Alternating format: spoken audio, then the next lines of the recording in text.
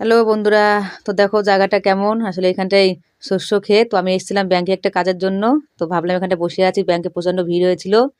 তো একটা সামান্য একটা ভিডিও করেছিলাম, ছোটখাটো একটা ভিডিও। তো ভিডিওটা কি আপনারা তো বুঝতে পারবেন না যে শুধু এভাবে করে চালিয়ে রেখেছে।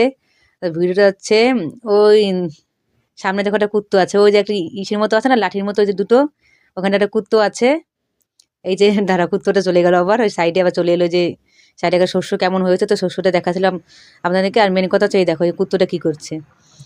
কুত্তোটা কুত্তোটা মানে আমরা তো পয়সা এসেছিলো না, তো আমরা সেই জন্য ব্যাংকে মানে কত 10 দিন ধরে ঘোরাফেরা করেছি। তো আমি ওখানটা বসেছিলাম সাইডে, দেখি যে কুত্তোটা কি করছে, দেখি যে কুত্তোটা এখানে মাটি খুঁজছে। তো ভাবলাম তাহলে একটা ভিডিও বানিয়ে নিই।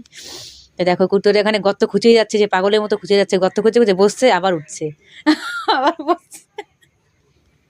আমি এই কথাটা তো বলতে ভুলেই গেছি, বুঝলে।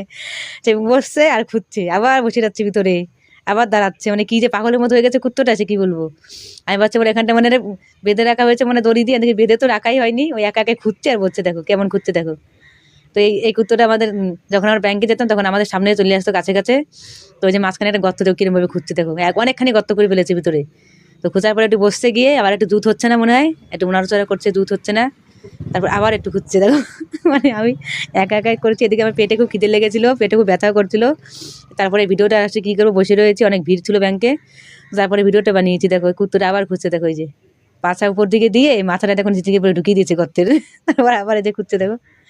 এই কুত্তো ভালো কেমন লাগলো, লাইক কমেন্ট